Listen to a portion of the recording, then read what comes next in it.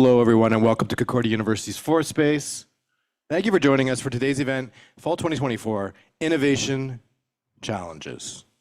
Now, to help situate you, we are streaming to YouTube, live from ForSpace, and we are located here on unceded Indigenous lands in Tiohtià:ke, Montreal. Here at ForSpace, we work with our university community to help mobilize knowledge by co-creating daily activities, examining research questions, projects, things happening across the university. And we're running today's event as a live stream Zoom meeting. So those of you joining us there, we welcome any comments or questions via the chat. And for those of you here also in the space, if you have any comments or questions at the end, just raise your hand and we'll bring a microphone over to you. Okay, with that, it is now my pleasure to hand things over to the director of the Innovation Lab and also the strategic advisor of innovation and the Dean of Arts and Science, Ann-Louise Davidson. Ann-Louise, over to you. Thank you, Doug. Welcome to the final presentations of the Innovation Lab Fall 2024 student cohort. The Innovation Lab is a playground where students work in multidisciplinary teams on ideas brought by industry, community, faculty, or students themselves. Today, the students will present their challenges through a narrative that shows the imperfections we deal with and the moments of courage we have to gather, and when we have to gather our strengths as we learn to become innovators. This semester, students worked on 5 different challenges on a wide range of topics: AI and UX, new market explorations with AI, regenerative agriculture, social innovation for youth, and academic learning spaces. Students collaborated with partners and mentors from Curfew Farms, Hawkesbury Therapy, Quanta from Egypt, Digital Moment, Pragmatic Studio, our homebrew in Montreal, the Center for Teaching and Learning, the Lab for Innovation in Teaching and Learning, and as they learn how to explore and design solutions to complex problems, they were also mentored from people from these organizations. In 2024, we began offering innovation courses at the Faculty of Arts and Science. This winter, we are offering a course on innovation that piggybacks on the experience that we have created in the lab. The course is on innovation models and concepts, which has a waiting list, but stay put as I open the waiting list and let everybody in. So put your name, add your name to it if you want. If you're interested in participating in the Innovation Lab as a student, a mentor, a partner, a fellow, or if you have an idea for a challenge, get in touch with us. But today you will see exactly what we're up to as the students present their final presentations. So I'm going to invite Team Ramble. I love calling people ramblers, building experiences through voice. So Malek, Shreya, and Emiliano, come on over.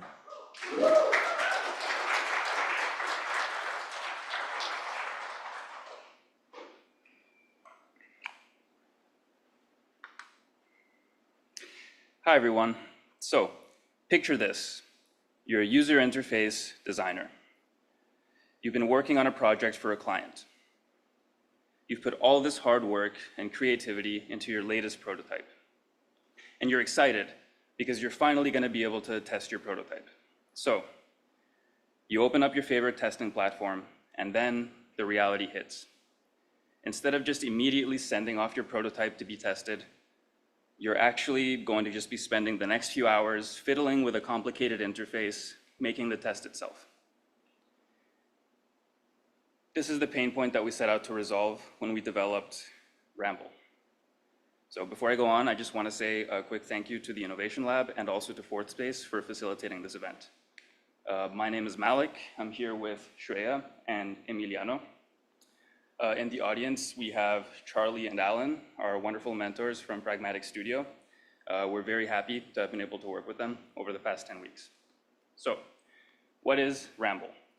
Ramble is software that empowers user interface designers to create user experience tests using the power of their voice. To dive into a little bit deeper now into the philosophy of Ramble, I'm going to pass you guys over to Emiliano, who's going to do that. Thanks, Malek, for the warm introduction. So yeah, Ramble. Before we knew what it was going to become, we knew that we wanted to work with UX and with voice. We were looking for a sort of solution that connected the two in a non-assisted domain of user testing. wanted to develop a platform that facilitated UX research enabled by artificial intelligence, and that could be integrated into the web suite, into the suite of web developing software. So yeah, what you're probably wondering, what this is all about. This is about assisting those involved in designing the digital world.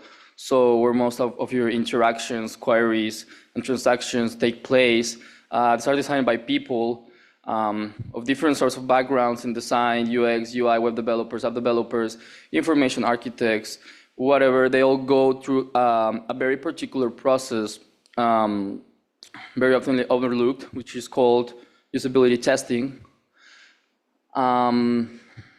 And what is usability testing? In short, it's just making sure that your app works well and that people is able to interact with it and navigate and get what they want through it. And it requires, the test needs to be required, and it is a thoughtful, it's a manual process that takes about 10 to 40 minutes, depending on what app you're using. In Ramble, it takes 10 seconds, so you are about to see. So yeah, like a usual design process will very simplify, will look something like this. You design, then you test it, and then you deploy it. Usability testing happens here. And it's not that linear. It's actually an iterative process, so you need to constantly redesign it and test it, and redesign it and test it, and that takes time on each time. So this is where we come in to facilitate it. So if you are able to build this test just by your voice command and then deploy it in minutes, you will be able to have more iterations over and over and over. So yeah, enough talking for me. We're gonna show a video of the application running. Thanks, Emiliano. So if you look on the right over there, you can see like an interactive embedded Figma prototype. And then if you look on the left, you can see the task builder interface. So what the UI tester would do, the developer would do, is they would click on the record button, and that would start recording their voice as they interact with the prototype. So what we then do is we take the transcription of their voice, which we generate automatically, and then we merge it with the mouse interaction data that the developer does with the prototype itself. And we use that to generate the tasks, as you can see over there. So it's possible to generate multiple tasks. Usually these tests require multiple tasks. And then once you're finished generating your tasks, you hit the big green button, and that should start generating the test itself. So it takes a little bit, and then once the test is done being generated, it gives you this link, which is what you actually share to the people who will be testing your application. This is what they would get. They would get an invitation screen followed by just some setup, setting up their microphone. And then we would give them the application and their instructions, and the tasks that we recorded earlier would be visible here to your testers. Then once they're done, they would either be able to continue playing around with the prototype, or they would finish the test and submit the results. So now to talk a little bit more about the process, I'm going to pass you guys back to Emiliano, who's going to do that for you. Yeah, so what did this process look like? How did we do this? Basically, we were a team of three. Malek, team lead, head of the development process in the back end. Shreya, she's a developer too. She helped with the AI prompting. So when you say when you're describing the task in the back end, the artificial intelligence is like putting it into comprehensive bits. And me, I did some marketing research in terms of what has been done and what could be done, and also some design research in general. Our process looks something like this: have a discovery session, then we research what's necessary to bring this thing to life. Then we settle on an idea, and we start creating and we start designing around it. And finally, when we have something tangible, we start thinking about how do we tell this story to you guys. It looks something like this, actually. First, we have some sessions with our mentors in which they tell us about UX and what are some of the problems and where they feel some innovation could happen. But also we discuss in this part what are our capabilities or what are our interests. We call this session discovery.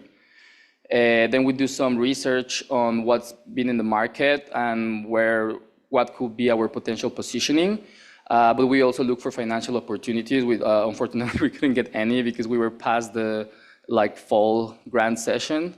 And yeah, just to give you a quick backhand side of what it looks like. This is how we do competitor analysis, capabilities, and features. It's kind of tedious, but fun. If you're obsessive, then you do the same for all.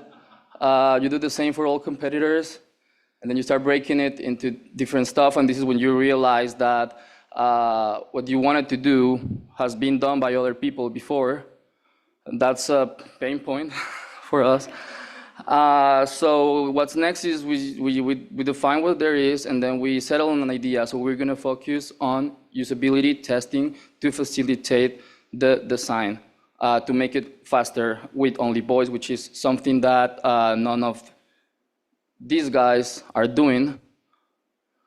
And then we just streamline workflow all the way, solving difficulties. Integrating Figma and all that, it's like Shreya will tell you about it, but it's a whole challenge. And then we streamline it. We have what we call an MVP, minimum viable product, which is a prototype of a solution that works, that is unique to us, and yeah, that it's an offer in itself. And then after that, we just have some coaching sessions in design with our mentors. So I'll just pass the mic to Shreya, who will tell you some about the tech specs of Ramble. The final prototype of Ramble integrates 3 key systems: Figma, Whisper, and GPT-4o. Oh, I'm so sorry. Okay. We do audio transcription with Whisper and Media Player. The voice commands then go to the GPT-4o API, where we get our actionable tasks from. And this is all integrated with the Figma API prototypes that are rendered through there. We store all our data in our MongoDB cluster. Whisper has quickly become an industry standard for audio transcription, though it's not the perfect transcription every time. It is resource efficient and strikes a good balance between everything. To break down the transcriptions into actionable tasks that can be performed by the user tester, we use the GPT-4o. It is the flagship model from OpenAI, and Figma API just helps us render everything to Figma to our system that's Ramble. The workflow starts with collecting the audio, then which is processed through the Whisper. The resulting text is then combined with our prompts and then sent to the model for task generation. Finally, this is rendered in Ramble. Let's dive into some of the key challenges we faced as developers. Integrating Figma prototypes was the hardest thing, I would say, which took Malek over a week and a half to crack, because we have to crack the proprietary structure that comes from Figma, and it's not the most easiest thing.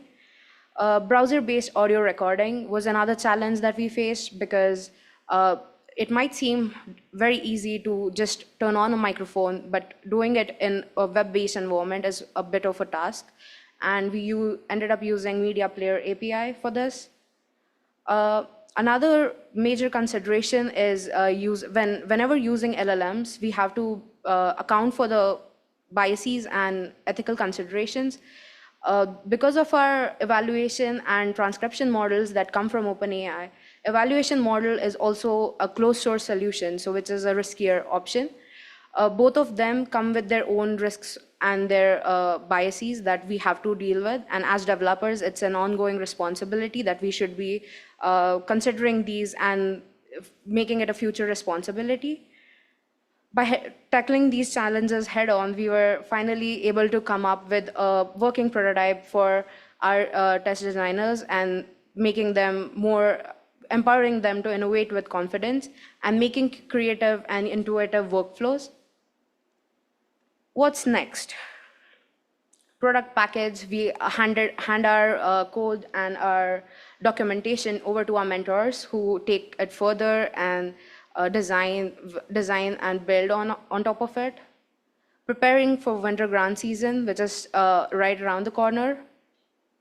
Front-end design, work more on building it and designing a more sustainable front end. That's it. This is Ramble. Thank you so much for your attention. Now it's time to pass the stage to the next team. Let them eat cake.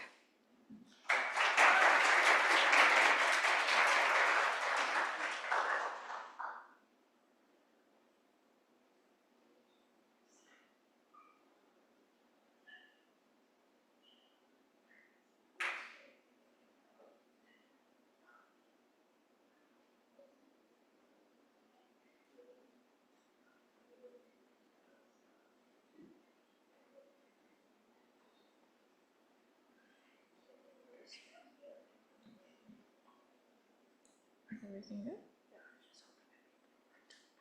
Oh, same. Yeah. Right. You're planning a birthday party and you have everything set up. You have the balloons, you have the food, you have the cake, which is basically the main event. But on the day of your friend's birthday, you realize that you forgot what their favorite flavor cake is, and you even forgot to invite them to the party. So this was the kind of scenario that we were met with when we were designing learning spaces at Loyola Chapel. And before we get into that, I'm going to introduce our motley crew of team, Chloe, Himanshu,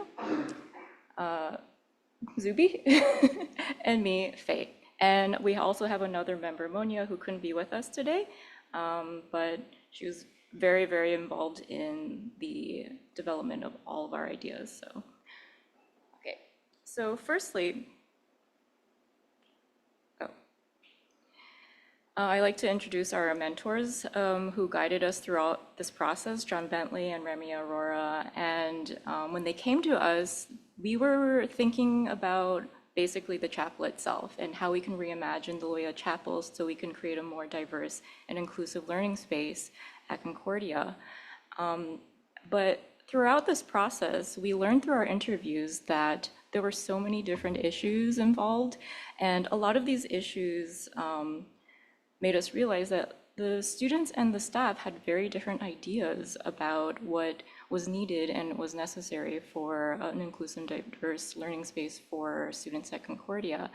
And because of this, we ended up realizing that there were many systemic barriers preventing students from providing the quality feedback that we were looking for in order to really make a decision on what to do and how to move forward. And one of those is that a lot of the feedback collected was done through surveys. And as you know, we often get a little fatigued when we're filling out surveys that are super long. And after a while, we don't want to fill them in anymore. And that's kind of what the students were experiencing during this process. And also some of the workshops that were being held were sort of a one-time thing. So there was not a lot of follow-up in terms of like what they felt during the workshop, like how they would have done things differently during the workshop, or if they had additional ideas. And also there wasn't a way to sort of capture all that information and to present it in a way that really encapsulated what the student wanted. And so through our process, we discovered that there were two main stakeholders that were missing from the equation, and that was Loyola students and students enthusiastic about improving learning spaces. As well, we discovered that there wasn't a formalized system for capturing all of the information as well. And this is really important because in order to actually know what the students need, we need to have a formalized system to capture the information and to store it, and so that we can really come up with solutions that fully encapsulate everything that they want. And the reason why we want to focus on students who are enthusiastic about learning spaces is because we discovered there were two main personas involved. One of them is the commuter, which is your regular student who is mostly here to get their degree. They have their own life and they're super busy. They're not really here to engage too much, and that's totally fair. And then there's the student who is super interested in getting involved. They're involved in student associations. They want to provide feedback. But the problem is that often they don't have the opportunity to do that and to maintain a sustained involvement with university staff. So the reason why we're focusing on the enthusiast is because oftentimes when we're designing for the enthusiast, it ends up benefiting the commuter as well. For instance, when we're designing for accessibility and we put in a ramp, it doesn't just benefit people who use wheelchairs, it benefits people who might be injured occasionally and might need an easier way to access a space. So then we reformulated our question to be, how might we better engage diverse student perspectives early on in a project development system for Concordia University to integrate quality insights? And to answer that question, I pass it on to Chloe. All right, just gonna move this to the side. Thank you so much. Okay. Pressing the button. It worked. Okay, cool. So as Faye has just explained, what we identified as a group is that there's currently no in-place mechanism for integrating student feedback into projects and keeping those students updated on how said projects develop. So what's missing is this adaptive, iterative process that lets students know that their engagement and suggestions matter. Okay. We call it CAKE. This stands for Collaborative Active Knowledge Exchange. So CAKE is an adaptive and responsive model that can be used for a variety of student-centered projects around the university. CAKE can serve as a methodology for all student insight-based research at Concordia and works by inviting impacted student groups to have a dialogue. Okay. So the organizational structure of CAKE and how it plays out practically involves a student interest group working in collaboration with the Innovation Lab and a faculty interest group. So the student interest group's task is to network, communicate, and ensure system integration. So networking refers to finding participants, student participants, partners, and stakeholders for each workshop. If there's, oh, that's a spoiler, this is going to be workshops. After each workshop, the student interest group is responsible for sharing findings with participants and showing how their feedback and findings are being implemented. Finally, the student interest group ensures that the exchange between students and other actors continues by regularly revisiting the loop with updated insights. So to better illustrate this structure, we present to you a prototype which takes the Loyola campus redesign project as an example. So yeah, spoiler, there's workshops. So for this prototype, we came up with 6 different potential workshop themes, which are derived from the main struggles that Loyola students are observed to face. These being social spaces, like lack of social spaces, the challenges around learning spaces, green spaces, food access, general accessibility, and structural design. So the philosophy behind workshops is centering student voices and giving students an opportunity to maybe even build their CVs. Student-run groups at the university are often volunteer-based. I mean, they are always volunteer-based and do an incredible amount of work to give back to the university community. So we want to recognize and reward the work that students already do and give them a platform to reach out to the broader community, and in the process collect feedback for improving university services. So we went more into depth on one workshop theme, which is food access at the Loyola campus, and this will give you a clearer sense of how the CAKE workshop would run. So this example would be held in collaboration with existing university groups dedicated to food accessibility and sustainability, such as the Loyola Hive or the Fair Trade Concordia Group. The important part is to get many student-led groups who already address these issues, get them a seat at the table, to use bureaucratic terms. And yeah, these are some example activities: mind mapping and sharing resources, maybe even creating like a little pamphlet that would be like guide to finding food at Loyola, because that's something that students struggle with. And we have some example stages of a discussion where you start with, so what do you do to get food on campus? You ask why, and you can kind of like tease out student values when you ask why. And then that might lead naturally to, so how might local food services / communities better serve student needs? Okay. What are the benefits of cake? So we have adapt to changes, making sure that, because each iteration will have new students, making sure that the system has a smooth transfer between new students.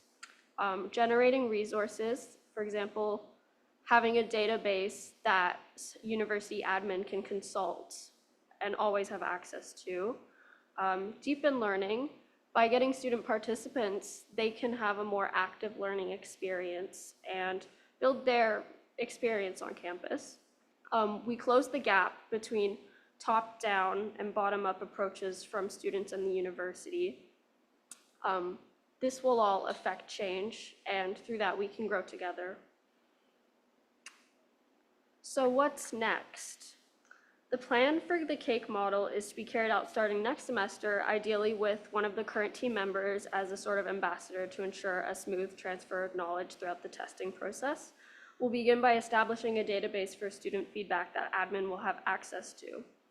What matters right now is attracting interest from students, finding student participants, finding partners for funding. The Department of Applied Human Sciences and the Center for Teaching and Learning have already expressed strong interest in supporting the cake structure. So here's a little quote that we found, and it's from design researcher and interaction theorist Ann Light. And we find that this really sums up what we're trying to do here. So it goes, we are often designing opportunity for others' participation, or perhaps others' participation may be seen as the intended outcome. This may mean designing vehicles for others' voices in the design process. So there's a difference between inclusion and transformation. As students who recognize the university faces budget cuts, which have already affected services and our education, we feel it is especially important in these times that the university doesn't forget its primary users, the students. As austerity increases on campus and students feel left out of important discussions, we hope that our cake model will help improve relations between the university admin, staff, faculty, and its students. We would like to end by acknowledging that the university is located on the ancestral lands of the Kanangahaga Nation, and that Indigenous staff, faculty, and scholars have inspired much of our thinking on co-creation, sustainability, and social transformation. Thank you.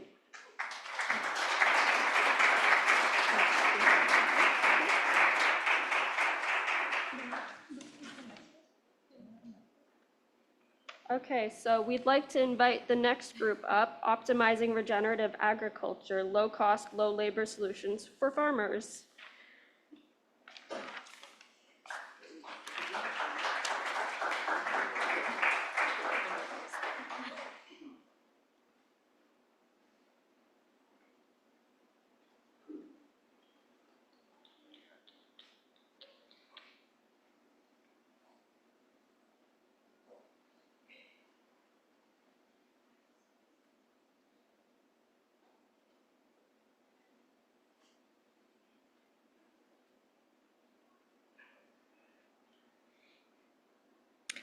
Being a farmer is a 24/7 job, And if you'd ask most of them, they'd probably tell you that even that isn't enough to keep up with their endless tasks and responsibilities.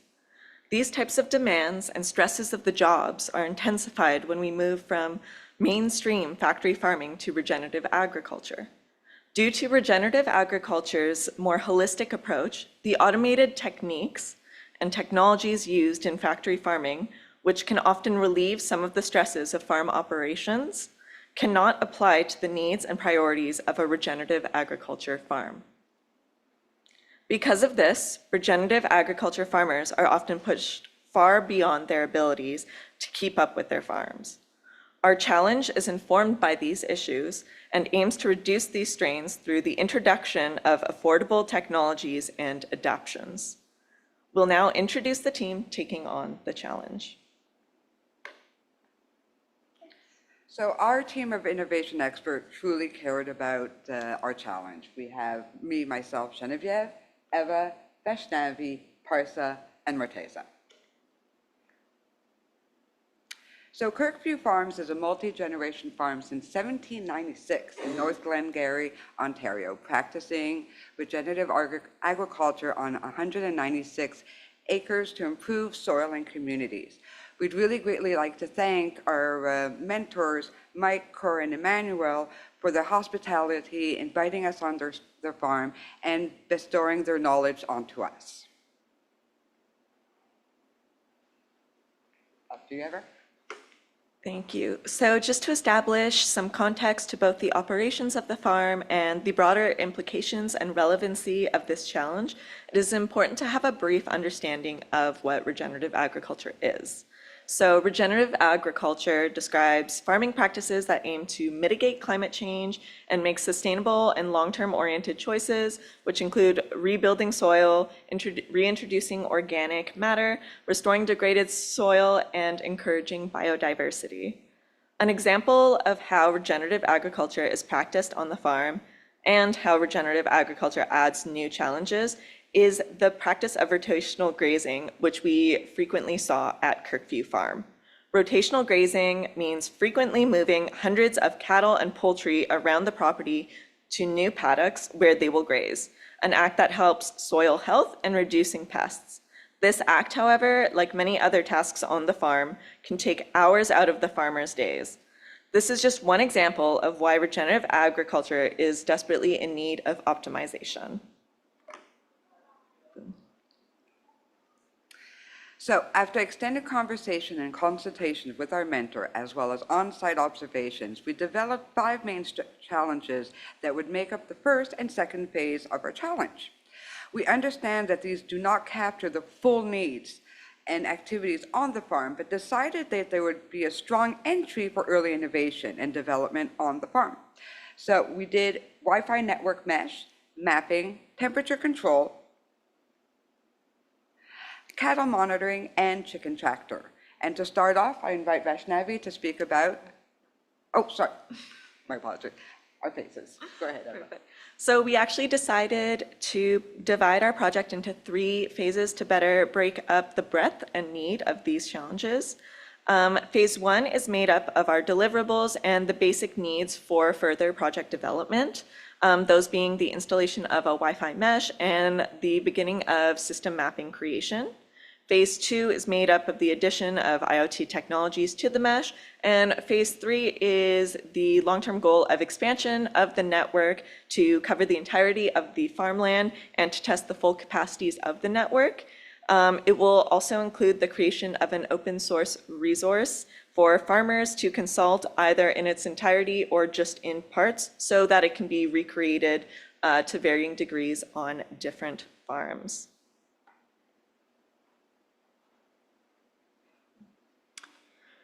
Through visual synthesis, we found that the main constraining factors of our project were legal constraints and regulations imposed by both federal and provincial groups. The farm's organic and ecological status imposed further mandates that we had to keep in mind. The small scale and independence of the farm means that both available labor and financial investment are quite limited. Consequently, our proposed solutions are cost-effective and reduce labor. Now I'll be passing the mic to Vaishnavi, who will be talking about Wi-Fi mesh networks. Thanks, Parsa. Okay. So internet is the backbone of every network. And when we consider using IoT devices, it's actually very important to have a stable source of internet. So to start with, we had to have a perfect map of the farm because we never had a map of farm. So we made a map of farm in order to recognize how many devices we would be needing and how those are to be placed in order to provide internet to all the area. So firstly, we did was to ensure network connectivity all over the area. And then secondly, once everything was up and running, then we have to identify the dead zones. So in order to identify dead zones, like the areas where we don't have internet, where the internet connectivity is low, or either we don't have internet. So then also the interface or the web interface where the admin panel is very important in order to interact with it. So with all the research, we decided to go with the TP-Link. Also, the TP-Link provides also the TP-Link helps to deal with the weather conditions at the farm. And secondly, the IoT devices we will be using further are also with the TP-Link. So in long term, when you have to deal with only one provider, it's easy for the farmer to, in the long term, that's why we decided to go with the TP-Link. Secondly, once the dead zones were identified, we tested the network parameters like speed test, the upload speed, the download speed. Also, we did the latency test and also ping test with local servers around. And also we checked for the channel utilization and checked for the overcrowded channels like 2.4 gigahertz, which can be specifically less efficient. And also for the testing purposes, we created a mapping survey for regarding which Eva will be explaining you later. Next, we tried to optimize the network by placing the mesh nodes strategically, because we discovered earlier that there were dead zones. So now we have to tackle with those dead zones and make sure there are network connectivity all over the area.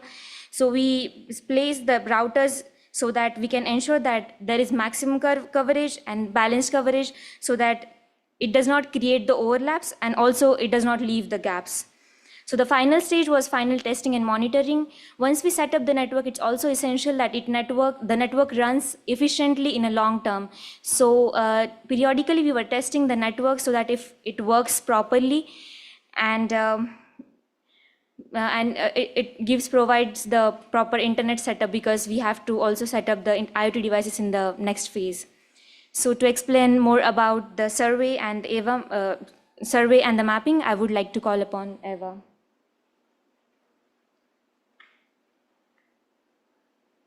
Awesome. So yeah, as Vaishnavi mentioned, Kirkview Farms did not originally have a set map that they used or consulted. So we did originally have to search for a resource that we found would be suitable for the job, for at least starting out the planning phases of this challenge. So we used resources such as AgMaps Ontario, as well as ArcGIS to find a suitable base map to begin this work. The purpose of the map is for two distinct uses. One, as a tool to analyze our network connectivity and reach, as mentioned by Vaishnavi. And two, as an interactive resource to visualize IoT and operations, as well as to be used as a reference for informing future farm expansions and for other farmers to consult in the future. So for this reason, we use the application Survey 123 to conduct live testing on the Wi-Fi mesh once it was installed, and also taking live geographical points so we could know exactly where we were testing from and could work from there. We planned out ahead of time which points we want to emphasize doing this testing for, so that we would make sure that the proper installs for future short-term future projects could be done. And from there, we developed some early map prototyping that will be complexified and add new elements as we move forward in future testing and expansions. For now, it is currently for the use of our challenge and project, but in the future, it will be something that is accessible to all farmers, including, of course, our mentors. So using this mapping, we're able to see the connection strength of the different points, and we're also able to isolate based off of which devices it is connected to, which areas it is found in. And we are also able to click on the exact points so we can get the specificities of what type of testing results we got there. We also do have an example of linking to the exact product. This is more so a future thinking aspect of it for other farmers to consult the exact device that we used for installing this Wi-Fi mesh. But this map will serve as a basis for future installations, where they'll be placed and how they will interact with the rest of the IoT setup. I will now be passing the mic to Morteza, who will be discussing chicken temperature monitoring. Thank you. So chickens are important, yeah.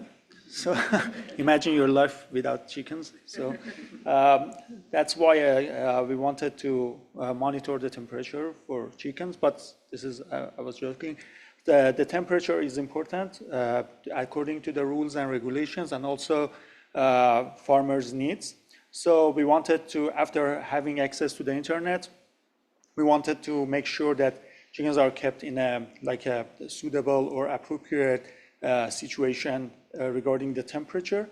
IoT-based devices actually was proposed in order to just have monitoring the chicken's temperature. We have the gateway, the sensors, and also this gateway can send the information and the data through the cloud, and then it can be passed to the computer or like a cell phone or a terminal. And then at the same time, it will just trigger the actuators, which is like the fan or light output, in order to monitor and control the temperature. So the final version could be some such thing, like something on the cell phone, and also the monitoring on the chicken's coop. So yeah, the next actually objective was monitoring the chicken's weight and size. We had two prototypes, two ideas. The first one was based on the image processing and also AI, and also using IR infrared sensors. So this is actually how it works. We had the image from the chickens, and then the first step is the noise removal and contrast adjustment. Then we go to the image segmentation to capture the image of the chicken and extract it from the whole image. Then the weight estimation, volume measurement, and also the AI-based calculation. Finally, the data storage and also data transition. So this is the first idea that we had, but this is so expensive and also maybe time consuming, and maybe it's not practical in the real world. So we, after having a discussion with team members and also the farmers, we just came up with the idea of using some digital and IoT-based scales, and also fake the grass for the chickens, in order to put them in the chicken coop in order to measure them from time to time. Also sending the information through the Wi-Fi mesh that we already have there. So this is actually how we wanted to measure the chicken temperature and also chicken weight. So now I'm passing the mic to Parsa to talk about the cattle monitoring.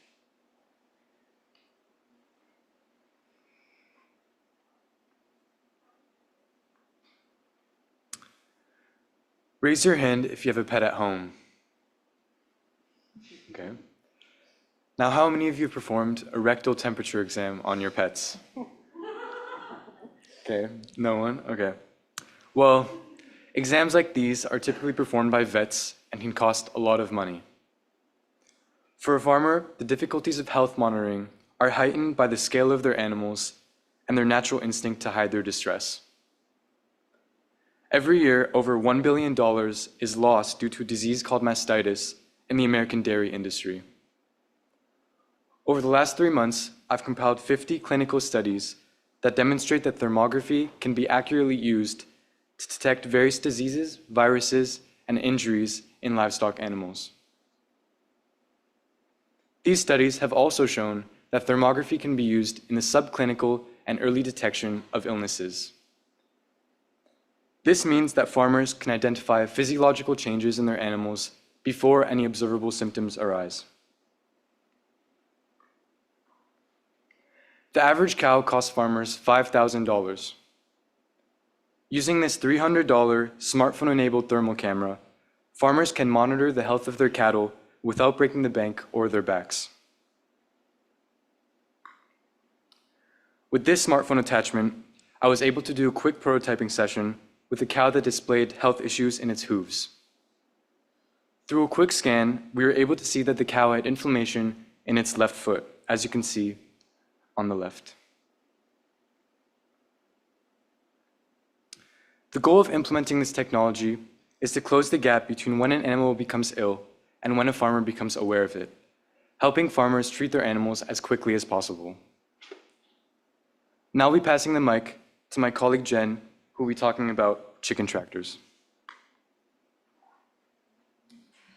So in poultry farming and poultry production on small farms, two types of houses exist, the coop and the tractor. Now, chicken coop is actually just simply stationary, and the chicken tractor is actually movable. And regenerative farming poultry production is based on rotational grazing, so the tractor needs to be moved on the daily. Currently, a standard exists, which is Joel Salatin model, the John Soskovich model, the Chickasaw, and the A-frame. On Kirkview farms, they're currently using the Joel Salatin model, which is a bit of a high labor because it takes two farmers to be able to move the tractor. So in chicken designs, well, we have the high-cost crack-a-lass, which is approximately $6,000 and plus shipping and handling, or the do-it-yourself low-cost porta pen, which actually costs less than $1,000 to produce. The regulations for organic chicken farming is actually 2 square feet per bird.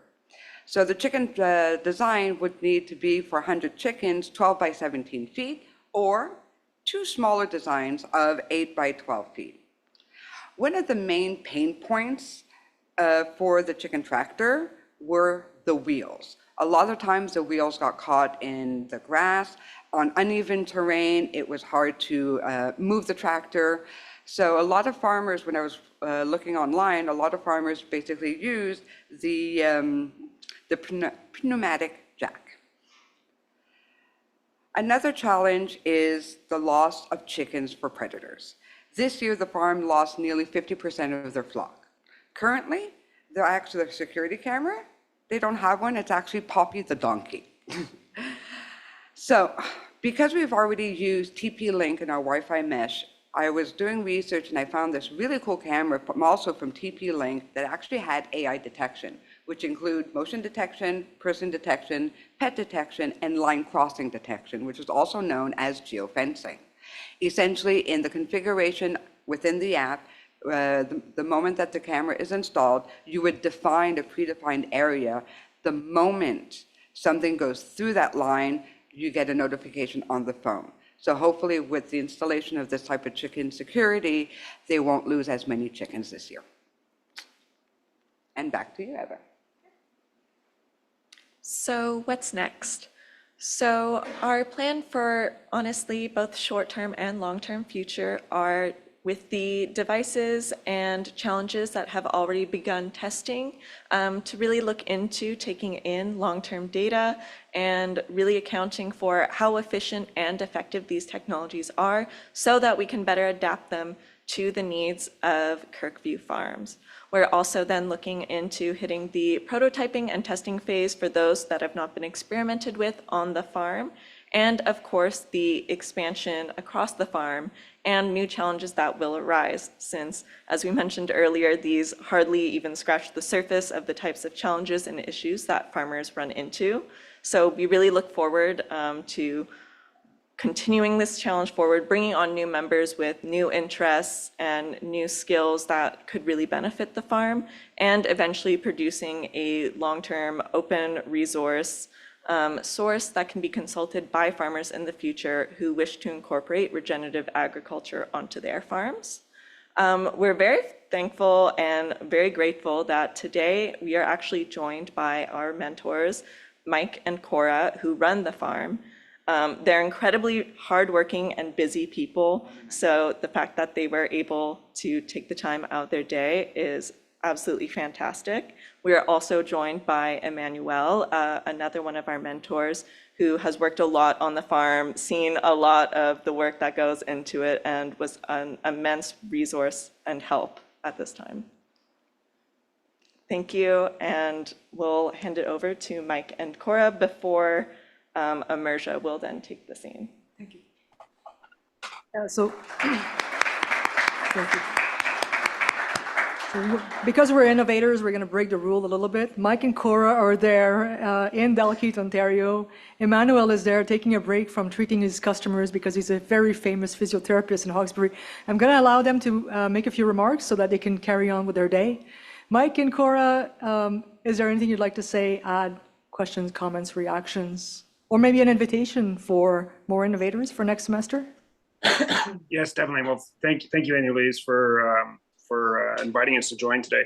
This experience has been very, very rewarding for us on the farm, not only from the solutions that the team was able to come up with, but the interactions and working with them and gaining further understanding of some of the innovation ideas that they had. The key things are, though, is that this team did an amazing job at understanding the challenges we have and working within the constraints. The cost solutions, or the cost of the solutions they came up with is very, very affordable for farms like ours. And the idea is that we use this as a basis to help other farms and move regenerative agriculture forward. So just kudos to the team and the other mentors and the academics who have been assisting them, because the solutions they came up with were just incredible. And the understanding is on some of this stuff is, and from an organic point of view, if we can, Parsa was talking about the temperature monitoring of the animals and using that. If we can get ahead of an issue, then it reduces the chance that we would have to intervene with antibiotics or something along those lines. We can get the problems addressed ahead of schedule or ahead of them being detected any other way. So that's a game changer. So kudos to the team. Kudos to their academic mentors, and just we're very, very happy, and we look forward to the next group taking it to phase 2. So Cora? Oh, no, thank you. It's been a pleasure having you all here so far. Great, thanks. All right, handing it over to Emmanuel.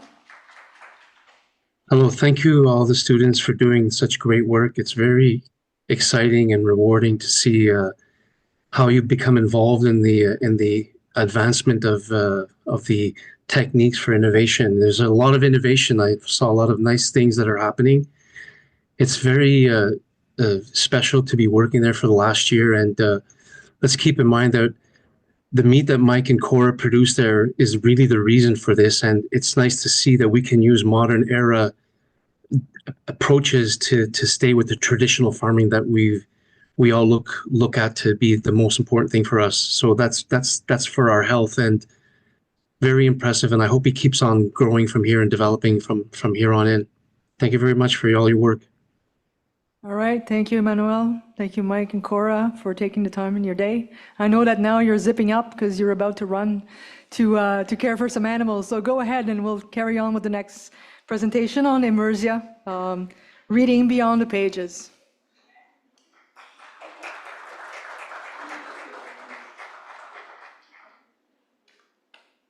Hey everyone, thank you for being here today. Imagine reading a Batman comic book on top of Gotham City Tower. This is the dream we're trying to make a reality with Immersia. But before, let me tell you about how we arrived here. So we had an initial challenge, which was allowing restaurants to own their customer data. So we didn't follow up with this challenge, but we learned a lot of things from it. So that was the initial team. So Abe, so he's a mentor. He's here online. So hey Abe. Ann-Louise, that is also kind of like a mentor, even though she's the director of the lab. She gave us a lot of advices. And Minoush, who's here. She's coming very soon, I believe.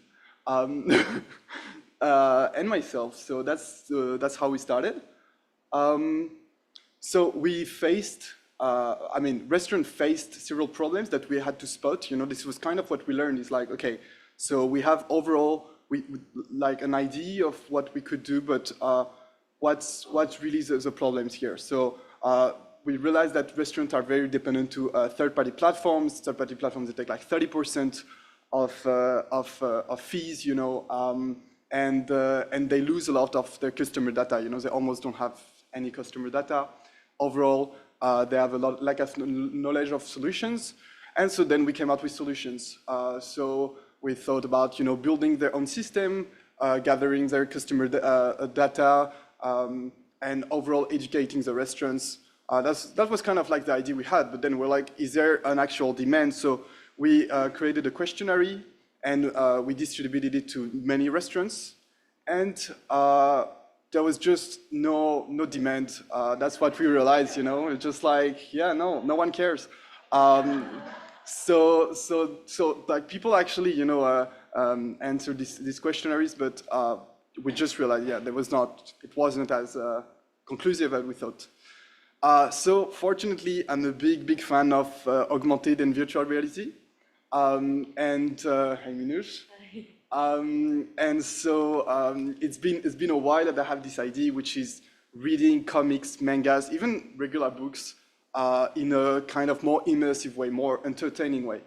And so we have same team, but we need more people now. We need people that can actually develop like things in AR, VR, because I just have an idea, but I can't develop it myself. So 3 new members. Here they come. Hey guys. So Nicolas, David, Mohamed, and also a future partner. He might be there online. Mathieu, who is the CEO and co-founder of Archive VR, which is a VR company that create archives, like digital archives for museums and libraries, and that really likes the project. So he'll partner with us for the next semester. So we're very excited. And yeah, 3 software engineers. So that's great. Same concept that for the previous challenge, spotting problems. So the problems obviously is that paper-based comics, they are expensive. I remember saving for a week when I was small just to get a €7 manga. It's just you read it in 20 minutes and then you need another €7. So it's tough. And then I learned about digital comics. So as you know, it looks like this, or you have the physical one or the digital one. So digital one is obviously cheaper. You can get it for $10 a month, and you have access to unlimited library. But if you already read a digital comic, it's fine, but it's definitely not the same than when you have a physical one in the hand. And turn the pages. This experience is very nice. So just to come back quickly, there are these kind of 2, I would say, problems, and then a third one is that overall, if you compare to other kind of storytelling, like platforms, or now you have animes for the one that follows mangas, etc. You have animes that are very, very popular and becoming more and more popular. Video games, obviously, movies. So the comic itself, comics, mangas, is kind of being overshadowed by this kind of new storytelling solutions. And so what we thought about is we need to find something more immersive, more modern at the end. So a solution that is obviously cheaper than physical books, with the feel of the physical book. So we want to kind of have this, feeling of turning the pages, etc., and creating something more immersive, more modern, more interactive. So just to let you know, this is The device, you know, this is the current device that is the most used, so it's a MetaQuest. There are like 6 million active users, and this is what Meta actually showed a few months ago, actually, 2 months ago, which is called Orion glasses. So it's not available yet on the market, but this is kind of where we're getting to, you know. So they plan to release this in 4 or 5 years. It's literally glasses. You have the computer kind of like in your pocket, which is a black kind of box, and you have like a wrist that you can control like your environment basically. And so we're going to a point where you just put your glasses and you can have access to a lot of digital 3D stuff. And yeah, so that's overall, my bad. That's the product we're looking at. So you have a book in front of you. It's just like a physical one. You can hold it, you can turn the pages, and obviously it's fully digital, so you don't actually need to have anything in your bag or whatever, you know, it's just fully digital, and you still have this great feeling. You're not just clicking, you're actually hearing the pages like turn, etc. You have a whole noise effect. So what do we want to allow in the future? We want to allow like animated panels, which means some of this panel will be animated. 3D integration, so this kind of ability to grab a 3D object from your comic. So I don't know, a Batman mask or whatever item that is kind of memorable in the comic. Overall customizable reading, this is something that is can be done pretty easily even in our prototype, which is like making the comic as big or small as you wish. So you can have like huge panels, you know, and you just turn like a huge book inside. It looks insane, honestly, when you try it out. And evolving environments. That's kind of like the main features that we want to start with after finishing the prototype. So evolving environment was this, is basically you're in a 360 environment, and so that just like, for example, you're reading on the top of the Gotham City Tower, that's totally realistic in Immersia. And let's say he goes somewhere else, you know, he goes in the Batcave. The moment you turn the page and you read this part of the, you know, he's going to the Batcave, you also go to the Batcave. So then you can really read in the environment you're actually thinking of, you know, so it's quite insane. Now I will let the actual developers, the ones that are making the product, talk about what they've done so far. Thank you, Arthur. For the prototype, for what we have at the moment, we have some tracking for the menu buttons. As you can see on screen, the main idea is that whenever you turn your hand over, you have options that appear, such as a menu button that will display a UI that will show afterwards, and a lock button, so that whenever you're reading your book, if you don't want it to move accidentally or just want it to stay at a certain spot, you can lock it and it will not move anymore. You will just be able to turn the pages. As for the UI ideas that we have at the moment, is a very basic library. You would have, in the future preferably, recommendations of the kind of books that you would enjoy, so comics and mangas, as well as a home screen which displays a bit of everything, a library, which is the books that you have downloaded, your history, so you can pick up from old books that you've read, settings that will be various settings depending on the environment and such, and an exit button so that you can exit the app.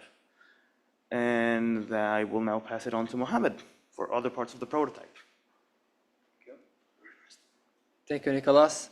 So the main goal here is to model a 3D book in a 3D software. So we chose Blender because it's an open source software and it's one of the best right now in the market. So my part was to model the book. So basically the front page, the front cover, the back cover, and pages. So like you see in the animation, the page animation is different from the covers, which gives an experience of actually like turning the pages and feeling the experience when turning the pages. So we modeled this in Blender, and we imported it to Unity, which is the software we're using to develop this project. And the goal now is to make this book dynamic according to the PDF that the user chooses. So basically a dynamic number of pages according to the PDF. Also like choosing basically the size of the book, etc.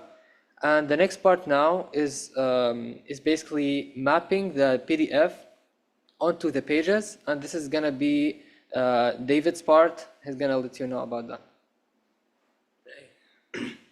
Thank you, Mohammed. One of the challenges in developing such a product is actually displaying the PDF in a game engine, which we are using to develop the application. Normally, to render content in a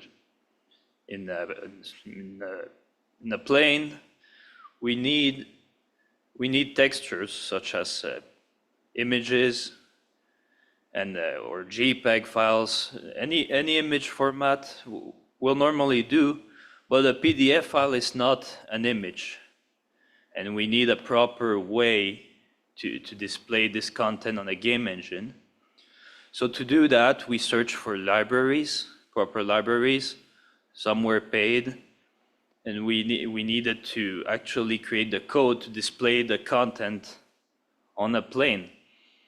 Fortunately, we found a way, as you can see on the demo, we found a way to display PDF files on a game engine in runtime, so that we can develop the first prototype where a user will directly be able to render a PDF file while using the application.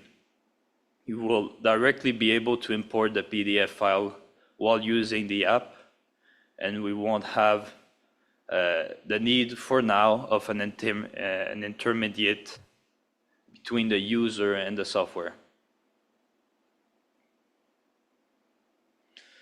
So now I'm going to talk about the long-term features beyond having the first prototype where we can read a book in a 3D space. We actually want more than that. So as Archer talked about before, we want animated panels. We want, say the Batman is punching a villain. We want some visual effects to it, which will go beyond the usual comic. We want customized spatial sound and dynamic sound effect, where the user can interact with his surroundings in a 3D environment, in immersion. And we want to include perks for our users, be able to interact, to directly unlock artwork as he uses the application. We want a certain game aspect to the application, because it is a VR platform.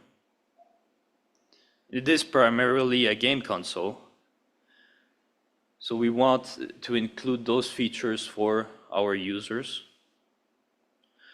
And as we will have a content management system, we want personalized algorithm. We will analyze what are the preferences of our users, which kind of comics he likes to read, or if he prefers books instead, we will recommend those instead.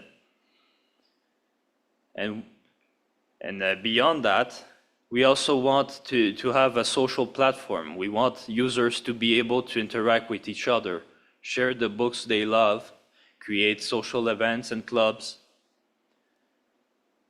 And overall, we want the entire environment the user will be in to adapt to his preferences. If he reads a Batman comic, we want him to feel inside the environment of the Batman comic, say in the Batman cave. Or if he reads a Spider-Man comic, maybe at the top of a 50-floor building. There are a lot of options in terms of that. So now I'm gonna pass it down to Archer, who's gonna talk about the market size of the product. Just also to clarify, this is what we want to allow in Immersia, but obviously you're aware of like the IP kind of issue. So what we want to create is a library where the publishers can upload their content, and the users can just purchase the content on the marketplace, or just subscribe. I'll talk a bit later about the revenue model, but yeah, we would not create like I don't know, the 3D models of Batman ourselves, etc. Because obviously this is like IP protected. So yeah, let's just to clarify. So the market size, I'll go quickly on this. Obviously, you might know that the AR, VR market is just growing heavily. You've heard about Apple Vision Pro, Meta. They're all invested like heavily in this industry. It's projected to do, to be 10 times bigger in the next 8 to 10 years. And if we look at the global digital comics market, because we're kind of merging, these two industries, Webtoon, which is the biggest digital comic platform, went from 70 million users to 180 million users. They tripled the profit in less than 3 years. So it's really like people are ready to read digitally. And we think that we're just offering a superior like solutions to it. But yeah, that's the overall current. Yeah. So Mohamed, maybe you can talk what you've read on like Reddit and blogs. Okay, so to know whether our users are enthusiastic about this project, we actually performed a survey online in groups that use VR for gaming and non-gaming experiences. So we performed a survey and we asked whether they are interested in using VR headsets for non-gaming experiences. And we received a very positive response. So all the comments were very positive about this. So basically about apps that for VR that is not gaming. So basically we asked about reading comics and books, and a lot of the answers were very positive about this project. So I think we have a very good potential for this project, and hopefully we'll be one of the first in the market to present this kind of apps for VR headsets. Now I'm gonna pass the mic to Arthur to continue talking about the market. Yeah, so very quickly on the business model. So kind of two types of, like two options on the short term would be more to partner with platforms. There are platforms already releasing digital comics. And the point would be like a B2B SaaS, so per user pricing. And at some point, we would also like to allow a marketplace when we'll be like, the app will be a bit more like installed, I would say, and there will be already several hundred users. And the point is, at this moment, we'll really build kind of a library, to create your own kind of experience as a publisher. They already have like studios of animations, etc., because that's already what they produce.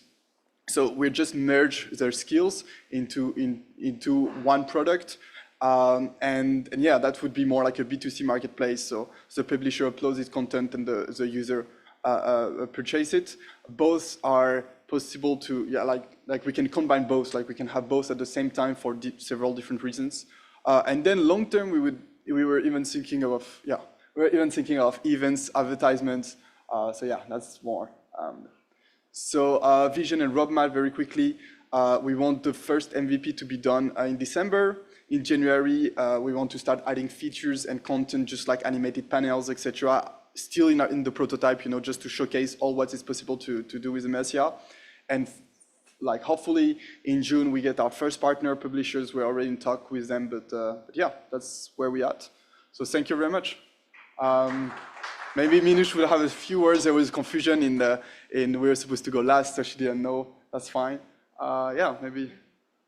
I want to add something that this is how innovation works, because at first we start with another idea, work on it, finding problems, solutions, and the middle of the project, we come up with another idea, because we found that the previous project doesn't have any need, and the important thing in innovation or producing something is that you have to find the customer need, their interest. So yeah, this is something that I want to add, and thank you.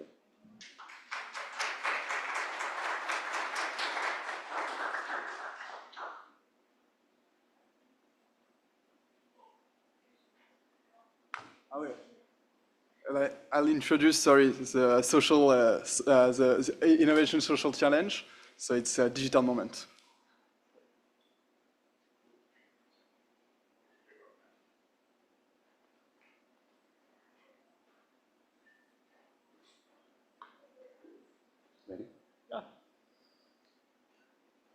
Okay, bon après-midi, good afternoon, everybody. We are the final group, and I'll gently ask everyone to just kindly stand up for 30 seconds. And we'll do a couple woosas together. All right, I'll get myself ready first. Let's take a deep breath in with a big woo. 1, 2.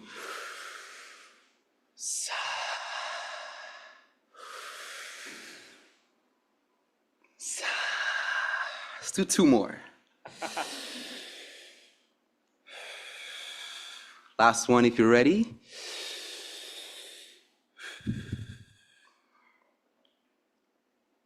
You may have your seats. So how do I scroll down this?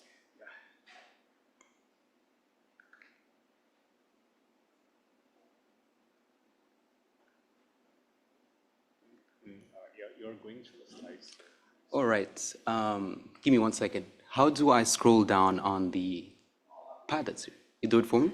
Do you mind scrolling down to the Plan B section and have it higher than everything else? Thank you. So, I have been a digital artist for 10 years now. My practice involves web design, graphic design, and product design. My parents, however, did not get to further their education. They worked hard enough to make sure I get the best education possible. For this, I am forever grateful. I'm pretty happy with my journey so far, but I wonder how much further and advanced the younger me would have been if I had more guidance and opportunities to broaden my digital literacy through digital education in the digital era. Keyword, digital. Which leads me to the challenge at hand. How do we help boost digital education and digital literacy amongst the youth through social innovation? And what is social innovation? How do we carry out social innovation in the digital era, especially to undeserving youth who are interested in innovation, as well as how do we foster sustained long-term youth engagement? So, before we get to the challenge, I'll briefly introduce the team. My name is Larry Okereke. I am a graphic and design student here at Concordia. Hi all, this is Asfar. I'm doing my PhD in electrical engineering. Together, we are the Social Innovation Lab. We're missing one of our teammates. She is currently facing some health issues, but she sends her regards and we wish her a quick recovery. As well as our 2 mentors who are in the audience, Anne and Leanna. So, for our challenge, we worked with Digital Moments, Social Innovation Lab. Digital Moments is a Montreal-based charity organization that aims to educate and empower young people through digital literacy. Social Innovation Lab is an initiative within Digital Moments, and their mission is to mobilize communities to build a better future through digital education. They provide skills such as coding and interacting with AI and algorithms. So, what is the main objective of Digital Moments Social Innovation Lab? The main objective is improving and engaging undeserved youth in social innovation by expanding the program directly to students in high school. So basically, they're helping bring digital literacy to the youth of today. Their target age or target audience is ages 14 to 17. I'll pass the mic to my colleague Asfar. Okay, so digital literacy is pretty important. Still, there are challenges.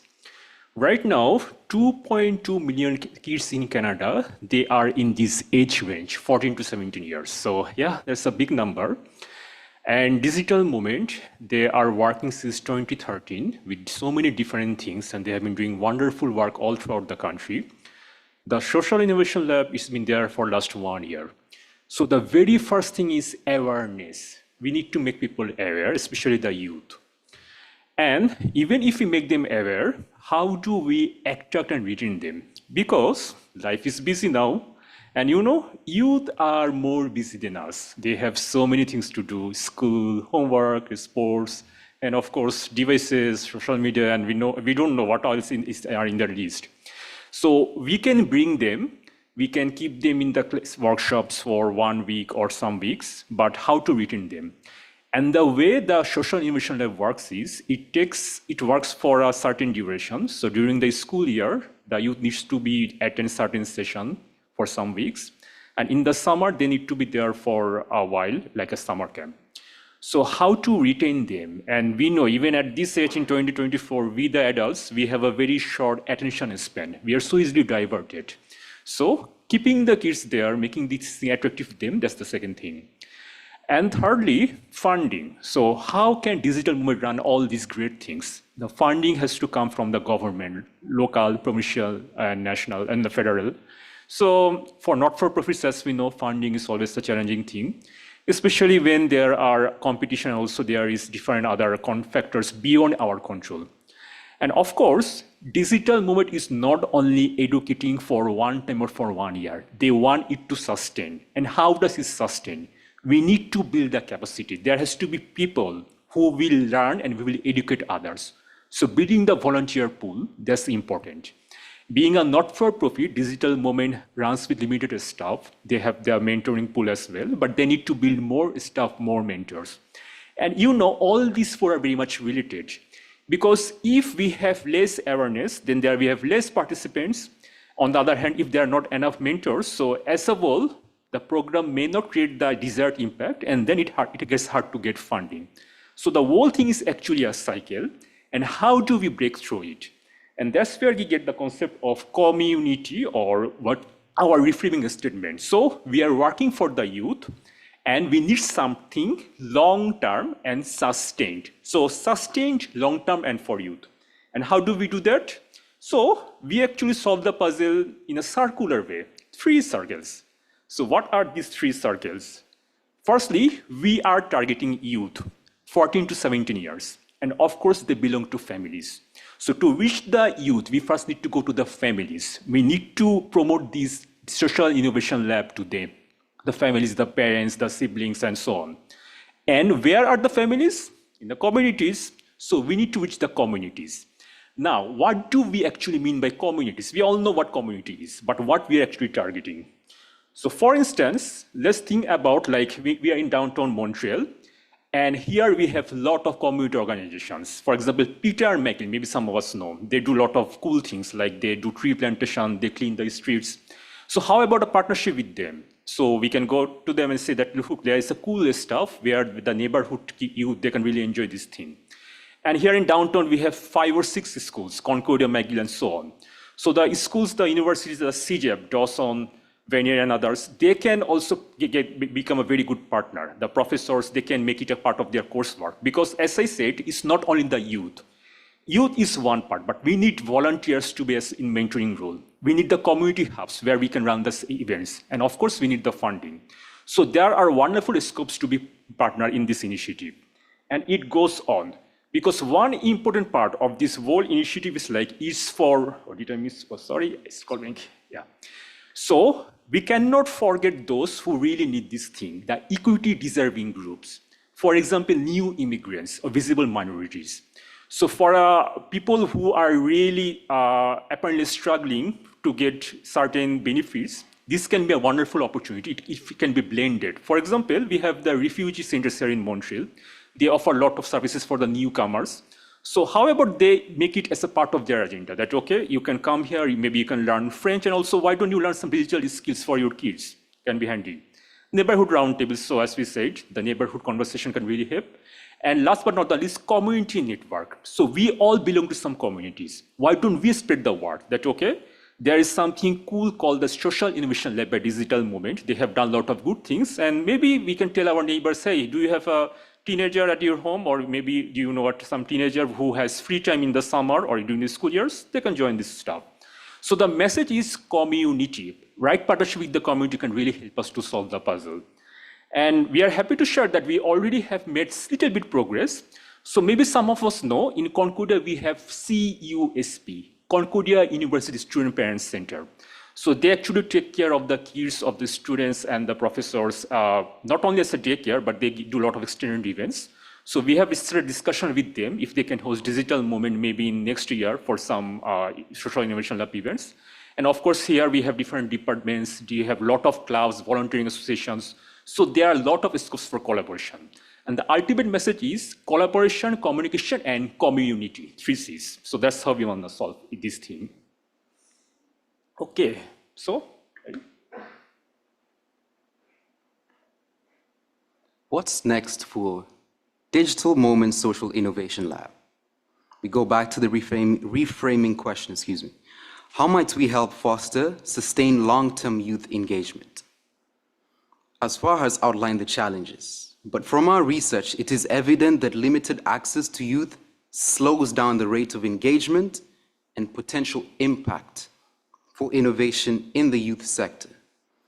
As we worked in possible outcomes with our mentors, we came up with a systems map. A systems map which outlines youth-centric social innovation for communities through sector-based partnerships and collaborations, with the objective of digital literacy and community engagement as the forefront. As my colleague has mentioned, there are 3 Cs in this tier, which is community, collaboration, and communication. During the outreach phase of our design towards innovation, we focused on targeting outreach in the education sector. And in search of a potential collaboration, we were able to plant the seed for a partnership between Digital Moment Social Innovation Lab and CUSP, which is Concordia University Students Parent Center. This organizational body exists to support youth in achieving academic goals and the work with an age range that would help Digital Moments Social Innovation Lab increase access to youth. What does increased access to youth help? It helps with the potential for innovation to increase. This partnership would help Digital Moment have more access to bringing digital literacy to ages 14 to 17, as well as increase community engagement, hoping to foster sustained long-term youth engagement in the education sector. As mentioned, the age range is very sensitive because it's 14 to 17. This is usually where you're trying to figure out who you want to be, what you want to do, and what sector you want to be involved in. For now, these are our 2 deliverables: a systems map that outlines potential sector-based partnerships and collaborations, and a current collaboration with CUSP. So what's next from here? We hope that the next group of SEALs, aka the Social Innovation Lab, would help take our research as a foundation or as a base to the next phase. Hopefully they can look at this potential partnership as a design system structure to then structure future partnerships, which would then increase potential increase in innovation amongst the youth. I'll pass the mic to Asfar for the closing remarks. Okay, so before we end, firstly, a note of thanks and gratitude. So we are really missing our teammate Helen here today. She is having a doctor's appointment. So Helen, thank you. Without you, we could not do it, and we miss you here today. And we are really grateful to our mentors. We are so happy to have them here today, Ann-Louise and Liana. So a big shout out for them. Thank you so much. And finally, I assume we all have a wonderful time in last 4 months in the Innovation Lab here. So thanks to everyone who made it happen. So we are actually lucky that we had the chance to be a part of the Innovation Lab to learn a bit about innovation and true practice. Not everyone is that much lucky. So this social innovation from Digital Moment is an amazing opportunity to make youth more engaged with innovation. So we really urge you all, when you have some time, you can just Google digital moment, go to the site, check out the Social Innovation Lab page, and if you feel it worthy, please spread the word. And if you feel you can contribute, you can also join the movement. So we look forward to that, and thank you.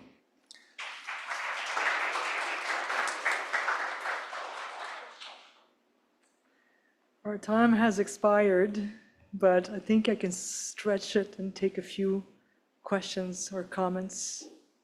Is there anybody that wanted to have a remark? There's a handful of people online as well, so I cannot see the questions, but if there's anything that turns up. We have some mentors are with us. John and Remy, Charles, and Charlie and Alan, and Abe is online, I believe. There's also Daya, who is our Associate Dean of Research and Infrastructure, who has been witnessing this. So if there's any... If anyone on Zoom has any comments or questions, just pop those into the chat. We can read them out. Those of you here in the space, just lift your hand. I'll bring a mic over to you. Comments, questions?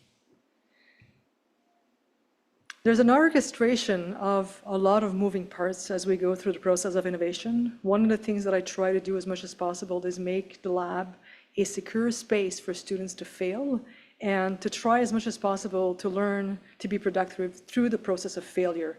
There is no written path, and there is no straight line when you do innovation. It looks more like a mix of things, and you have to become secure and confident in the fact that you have to let the process guide you.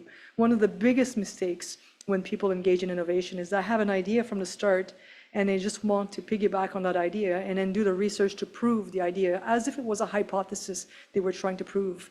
There is no hypothesis in innovation. There are only user needs, and we also have to focus on the planet as well, because if we focus only on the users without thinking about the environment, the planet, and the ecosystem that we're affecting as we're engaging in innovation, a lot is missed through these processes. So that's what I try to do as much as possible in the lab.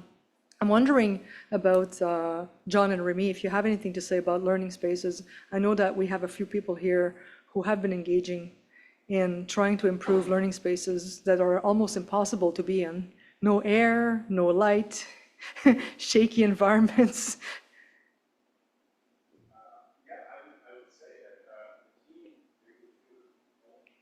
I'm coming around with the mic. Doug is running after you. Thanks, Doug. No, I would say the team, they did a great job this year for this particular group. We're really looking at the Loyola campus, and the Loyola campus is, there are a number of changes happening there. There are spaces that they're underutilized. The campus has grown a lot with the science hub, the genomics and the hub, but there are other areas of the campus that are just like the chapel that are in need of a bit of a sort of a reset or a refresh, just looking at what could be done with these spaces. But I was really, Remy and I spoke a lot to the group about the process from the beginning as they start to, they begun with a number of ideas, but they had to refine those ideas and sort of really bring it into focus. So the lens just sort of over the semester just goes into focus. So I'm grateful because the group really looked at how to give students a voice and how we can always sort of, how do we play catch up to facilities development and facilities growth? There's pockets of money and the university has to grow and change. And how do we bring the student voices into those changes way in advance? And that's always a challenge. And I think that our group looked at, developing a workshop that could be really a simple, elegant model that could be applied not just for space development and space design and facilities, but across a range of, as they demonstrated, across a range of areas as well, including food and food accessibility and such. So I would just ask the group, maybe do you have any comments on how you felt about the process as you went through it? You started to fine tune that process with the lens as you started to focus in on what you wanted to achieve. How did that feel? Was Was there a little bit of frustration? Was it exciting? Was it fun? Like, I'm always fascinated by the process.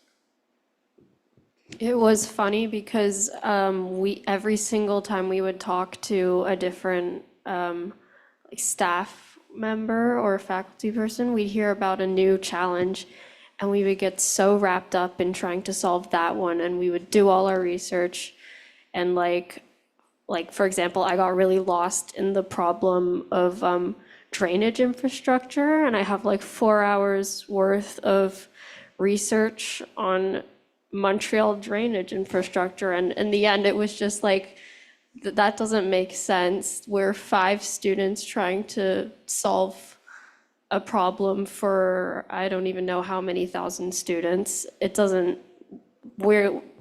a great opportunity to get your voice in by being part of the innovation challenge, but we should also be thinking of the other voices who didn't get in, and we should bring them in. Yeah, that's great. So you had some more remarks? Sorry. I know, I sort of want to reiterate that, like, we all had our own obsession throughout the process, and we're just like, oh my God, we're trying to solve everything, and it's impossible to solve everything, and so we decided to focus more on, well, how can we make this process easier for everyone and make it more streamlined and more efficient, basically. Okay. Yeah, well, thank you very much. It was, and the other projects are, they're just so compelling and exciting to see the broad range, and yeah, I don't know if there's any other questions from. All right, so I'll take it from here. Thank you, John. One of the things that I keep on doing year after year is improving the processes of the lab, but also trying to invite as many people as possible. I would love to have a program on innovation where it's called Here Comes Everybody. It's not just for the elite, it's for everybody. Come on in, put your nose in everybody's business, and try to change things through the process of innovation. You can challenge the status quo. You can actually challenge things. You can ask yourself, why is it done this way, right? Do we have to continue doing it this way? Are there better ways? And you can do this in a way that's very collaborative and that involves a variety of people. So Daya, for example, is here. He has a very important role in the Faculty of Arts and Science. He's also a professor of biology, but he's been at the farm every week in the fall to collect soil samples to help our partnership as it emerges. Joanne Pelletier, who works for University Communication Services, has actually mentored the students to work on their storytelling aspects. It's been amazing working with Joanne. She had to leave on an emergency, but people from the university can hold hands as we improve the experience, and that includes the students. We need to hold hands together. The team in the fourth space has also been extremely useful in the coaching session we had last week in order to develop some zone of comfort. Bertie Gregor is actually a superstar in public performances, and I really thank her for all of her feedback, because what you've given to the students is invaluable. There is no way you can get this into your studies. There's no course for this. It's basically everything that you do around your courses that actually helps you connect the dots so that you can build the skills and the mindset and the confidence to say, if I don't like how something works, I can propose things. I don't have to scream, but I could say, I'm observing this. Let's ask users. Let's look at the impact on the environment. Let's look at what's happening. Let's grab some data. Let's come up with some creative solutions, and let us be guided by the process so that we can actually improve what comes next, and actually not just keep it sustainable, but make it better and regenerative for the generations to come. So thank you, everyone.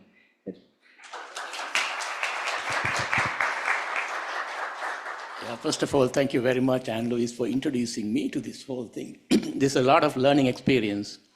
First of all, the CAPE group, I want to tell that we are always open to discuss with the students. We are always looking for it, but I think there's a communication gap that we did not hear, right? So what I meant was always feel free to contact us, let us know. I'm pretty sure all the staff and the faculty members also like that. But unfortunately, we don't have that much of a communication. That's the gap that I'm seeing. So feel free to reach out to us. And also, I learned many things. There was a need for mentors.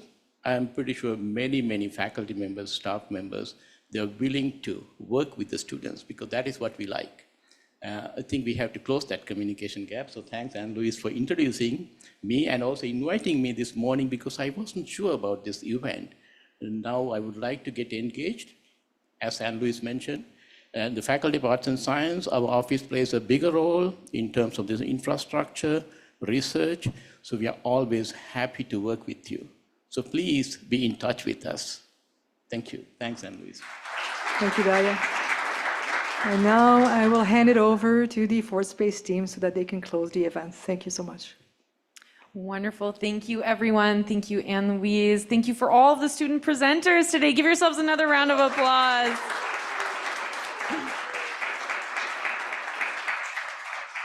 To everyone online and all of you here in the space, thank you for your contributions as well. We're going to be closing up this Zoom and live stream now, but a quick reminder that this conversation is already available on our YouTube channel if you'd like to revisit or share it. So thanks again, everyone. Congratulations, and have a great end of your day.